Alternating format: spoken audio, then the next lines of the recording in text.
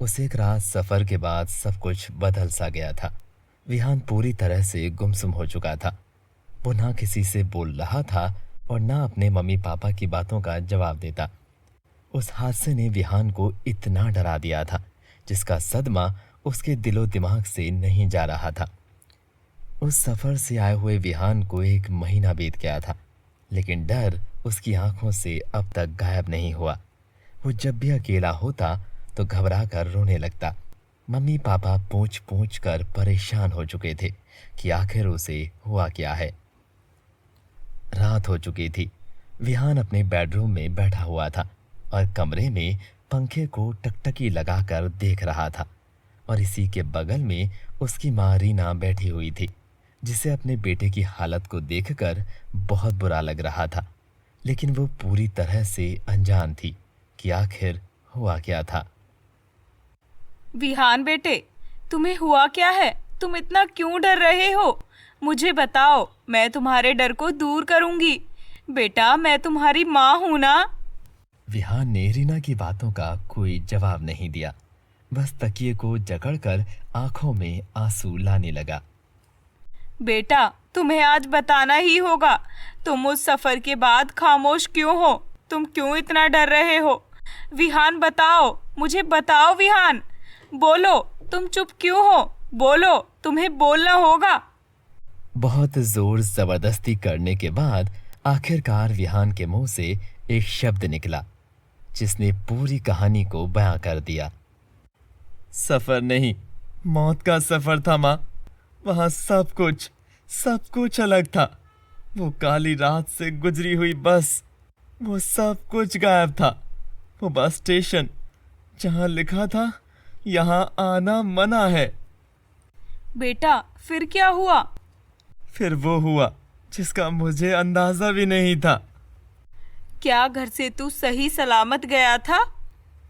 सुबह का समय था। गाजीपुर नाम के गांव में विहान ट्रैवलिंग के लिए जा रहा था। सारा सामान उसने पैक कर लिया था और उसे अकेले ही जाना पसंद था, क्योंकि उसके गुस्से की वजह से उसका कोई भी दोस्त नहीं था। बैग पकड़कर विहान घर से बाहर की ओर जाने लगा। ठीक है माँ, मैं चलता हूँ। जल्दी वापस आऊंगा घूमकर। और हाँ, गाजीपुर पहुंचकर आपको कॉल करूंगा। सुना है उस फेमस और सुंदर गांव में सिर्फ एक ही बस जाती है। तो मैं निकलता हूँ माँ, ठीक है? हाँ हाँ बेटा, अच्छे से जाना। और टिफिन रखा हुआ है बैग में, उसे खा लेना। और हाँ, गाड़ी में बैठ जाए तो अपने पापा को कॉल कर देना, वहाँ उन्हें तेरी चिंता लगी रहेगी। ठीक है माँ, बाय बाय, अब मैं चलता हूँ। जिसके बाद विहान सीधा बस स्टेशन गया। अब उसे इंतजार था गाजीपुर की ओर जाने वाली सिर्फ एकमात्र बस का। बस को आने में आज लेट हो चुकी थी, तो विहान सीधा बस स्टेशन के पूछताछ केंद्र में गया और उनसे जाकर पूछने लगा। सर, ये गाजीपुर के लिए बस अभी तक आई क्यों नहीं? 12 की गाड़ी थी ना, रात की तो कोई है ही नहीं। हाँ हाँ, लेकिन बस खराब हो चुकी है। अब रात को 9 बजे निकलेगी, क्योंकि बस की मरम्मत हो रही है। तो आपको रात तक इंतजार करना ही होगा, क्योंकि गाजीपुर के लिए सिर्फ एक वही बस जाती है। इतना जानकर विहान जैसे ही आगे की ओर बढ़ा, उसे ख्याल आया कि अपने पापा को बता देना चाहिए। तो जैसे ही अपनी जेब से उसने फोन निकाला, फोन हाथ से नीचे फर्श पर गिर गया। उसकी स्क्रीन पूरी तरह से खराब हो गई। अबे यार, अब ये क्या हो गया? पूरी स्क्रीन डेड हो गई। पहले गाड़ी का खराब होना, फिर फोन की स्क्रीन टूट जाना। एक के बाद एक अड़चने विहार के रास्ते में आने लगी थी, लेकिन वो इस बात को समझ नहीं पा रहा था कि आखिरकार क्यों ये सब हो रहा था। वहीं स्टेशन में बैठकर विहान ने रात के 9 बजने का इंतजार कर लिया था। तब हॉर्न बजाते हुए गाजीपुर के लिए वो बस स्टेशन में पहुंच गई, जिसका कंडक्टर दरवाजे से बाहर गर्दन निकालकर चिल्लाने लगा। हाँ, गाजीपुर गाजीपुर, आओ, आखिरी बस, गाजीपुर गाजीपुर। हाँ भाई साहब, कहाँ जाओगे? गाजीपुर? हाँ, गाजीपुर जाना है। जिसके बाद विहान उस बस में बैठ गया और भी कुछ पैसेंजर आकर बैठे और 10 बजे वो बस गाजीपुर के लिए निकल गई। जैसे जैसे बस आगे बढ़ने लगी, रास्ता उतना ही टेढ़ा मेढ़ा और सुनसान होता गया। और तभी एक शमशान घाट आया जिसके बीच से वो बस होकर गुजरी।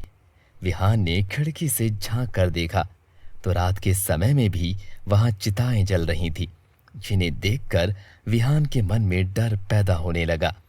तब विहान ने पीछे की सीट की तरफ देखा तो उसकी आंखें फटी की फटी रह गई। पूरी बस खाली थी। स्टेशन से जो लोग बैठे थे सब लोग गायब थे। तभी विहान ने उस कंडक्टर से पूछा, अरे कंडक्टर जी, सुनना जरा। हाँ बोलो। वो जो पीछे पैसेंजर बैठे हुए थे वो कहाँ गए? रास्ते में तो कोई स्टॉप भी नहीं आया। भूल जाओ इस बात को और चुपचाप जाकर बैठ जाओ। लेकिन क्यों और कैसे? कहाँ गए वो लोग? मुझे बताओ, मुझे जानना है। क्या जानना है तुझे? हैं? क्या जानना है? मैं बताऊं? गुस्से में कंडक्टर की आंखें अपने आप लाल होने लगी। वो सब प्रेत आत्माएं थी। वो जितने भी लोग थे सबकी मौत हो चुकी है और वो उस शमशान घाट में ही उतर गए हैं। इतना सुनते ही विहान की रूह कांपने लगी।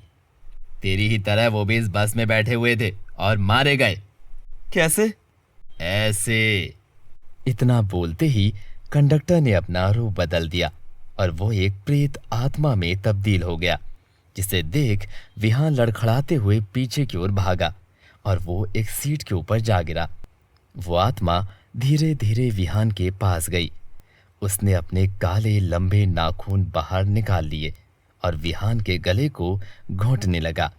लेकिन जैसे तैसे हाथ पांव छटपटाकर विहान ने खुद को उसके चंगुल से बचाया और वो बस के गेट के पास गया और चलती बस से जैसे ही कूदने की कोशिश करने लगा, तभी उस प्रेत ने विहान के हाथों को पकड़ लिया।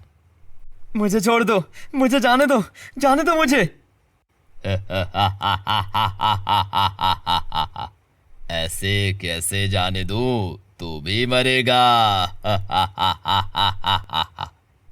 नहीं, मुझे नहीं मरना।